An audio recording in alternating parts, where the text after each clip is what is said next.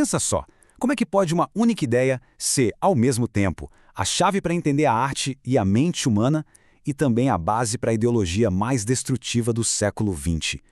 É nesse paradoxo que a gente vai mergulhar agora. No coração de toda essa história está um grupo de intelectuais que, apesar de serem gigantes individualmente, quase ninguém via como um grupo de fato. Eles se encontravam num lugar bem exclusivo lá na Suíça, chamado Eranos. E era lá que o caldo engrossava, sabe? Onde eles discutiam as ideias que, olha, iam na contramão de tudo que era convencional na época. Então, quem eram essas figuras? Quem eram as mentes por trás desse círculo tão inusitado? A gente está falando aqui de 3 gigantes. 3 verdadeiros titãs do pensamento religioso. Olha só o peso desse time. Primeiro, Gershom Scholem. O cara basicamente criou o estudo moderno do misticismo judaico. Depois vinha Mircea Eliade, que fundou o campo da história das religiões, mudou completamente o jeito que a academia olhava para as crenças. E para fechar, Henry Corbin, um baita especialista em Islã, que foi tão longe que fundou a própria universidade dele, focada em pensamento hermético, sabe aquela coisa mais esotérica, mística. Então, percebe? 3 áreas que parecem não ter nada a ver, mas 3 gigantes. Pois é, judaísmo, história das religiões, Islã, parecem mundos completamente diferentes, né? Mas, e é aqui que a coisa fica interessante, os 3 estavam conectados por uma única ideia. Uma ideia bem radical, que batia de frente com a lógica comum. E que ideia era essa, afinal? Bom, a resposta está num princípio filosófico bem antigo e, vou te dizer, um tanto esquisito. Um conceito que para eles era a chave mestra para entender a realidade. O nome disso? A unidade dos opostos. O nome em latim é coincidentia oppositorum. A ideia central é a seguinte: a realidade, no fundo, não é feita de coisas que se contradizem, mas de opostos que se completam. Pensa aí, bem e mal, razão e acaso. Para essa lógica, eles não são inimigos numa guerra. São, na verdade, 2 lados da mesma moeda. Uma coisa não existe sem a outra. E olha que interessante, essa ideia não ficou lá empoeirada nos livros de filosofia antiga, não. No comecinho do século XX, o movimento artístico Dada pegou essa lógica para si.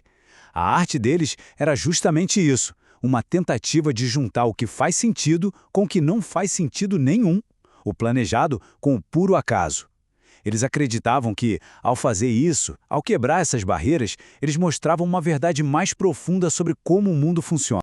Então, voltando para o nosso trio, para Scholem, para o Eliade, para o Corbin, isso era muito mais do que só uma teoria abstrata. Para eles, essa unidade dos opostos era uma espécie de lógica poética e mágica. Era tipo a engrenagem secreta que faz o mundo girar. E eles enxergavam essa lógica funcionando em todo lugar. Na poesia, por exemplo, que junta opostos para criar algo belo.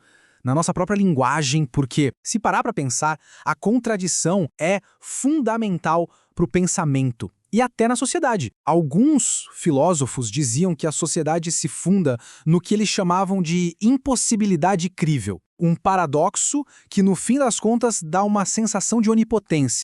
Resumindo então, essa lógica mágica era vista como a chave mestra para desvendar todos os segredos da experiência humana, desde os mitos antigos até a nossa psicologia. Só que toda chave pode abrir portas bem perigosas também. E é exatamente aqui que a nossa história dá uma virada bem sombria. Porque essa ideia de juntar opostos que parece tão genial para entender a arte, por exemplo, mostra um lado terrivelmente perigoso quando a gente aplica isso na moral, na ética. Isso leva a gente a uma pergunta que é, ao mesmo tempo, fundamental e, bem, assustadora. O que acontece quando essa tal lógica mágica é usada para unir não só ideias, mas para unir o bem e o mal? Pois é, o sociólogo Pierre Bourdieu sacou exatamente essa estratégia sendo usada na política radical.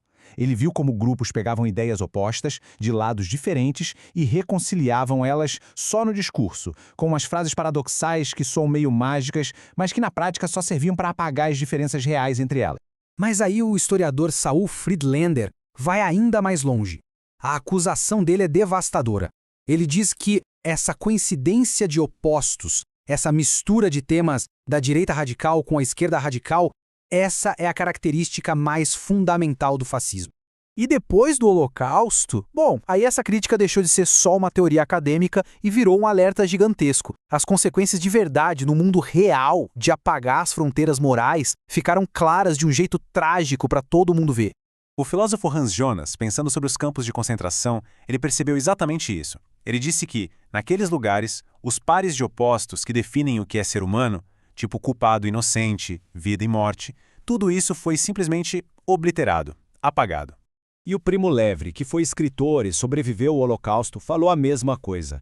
Ele escreveu que nos campos, até a diferença mais básica entre os afogados e os salvos, ou seja, entre a vítima e o sobrevivente, até isso foi aniquilado.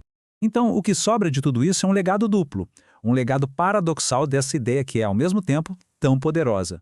De um lado, a gente tem uma ferramenta incrível para entender o mito, a psique, a arte, uma forma de enxergar uma unidade escondida no mundo. Mas do outro lado, a gente tem o que um crítico chamou de apoteose da evasão, ou seja, uma ideia perigosíssima que apaga diferenças morais que são essenciais e que, no limite, pode ser usada para justificar as piores atrocidades. O perigo central, no fim das contas, é esse. Quando a gente junta opostos como bem e mal numa coisa só, a gente corre o risco de perder a força dos nossos princípios éticos. A gente perde aquele impulso fundamental de querer consertar o mundo, de lutar pelo que é certo. E é com essa pergunta que a gente fica. Uma pergunta que esse paradoxo todo nos deixa. Onde é que a gente traça a linha onde termina a busca por unidade para curar o mundo e onde começa o perigo de simplesmente apagar as diferenças que são essenciais? É uma questão que, sem dúvida, continua tão relevante hoje quanto era no século passado.